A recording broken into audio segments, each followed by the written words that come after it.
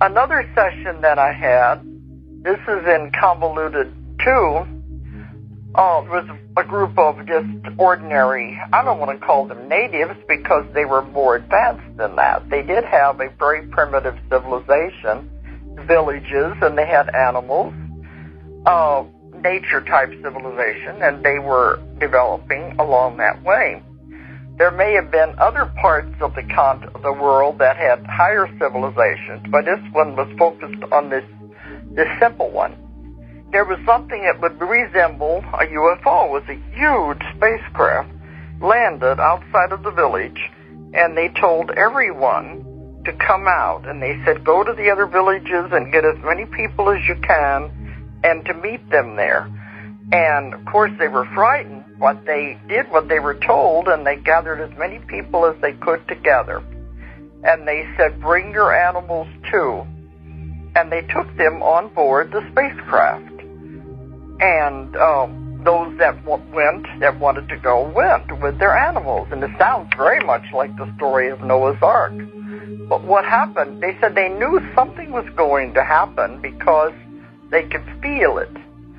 But they took them on board the spaceship and went up. And from that position, this one that I was speaking to in the regression, he was looking out the window of the spacecraft, and they were showing him what was happening on Earth below. All of a sudden, there were gigantic explosions, like it's very similar to like A-bombs going off all over the entire planet. Of course, they weren't A-bombs, but it was like everything was exploding. The volcanoes, everything was happening at once. And fire and smoke spread over the entire planet as they watched it.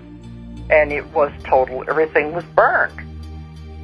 But then, as they watched, now this took about 2 days from their position in space. As they watched, they saw the planet was charred and it was totally black, and then green began to come back. And it gradually began to spread over the surface of the earth as they watched it. Totally changed in just a matter of 2 days. Now, you know, in reality, this would have taken eons of time for the earth to be totally annihilated to where there was no way life could exist, and then to come back gradually. Like that with the green, and the things begin to grow again. This normally would have taken terribly long periods of time.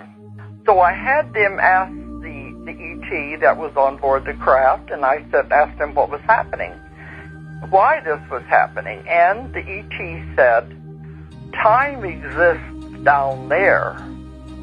It doesn't exist up here. That was why they were able to see time speeded up.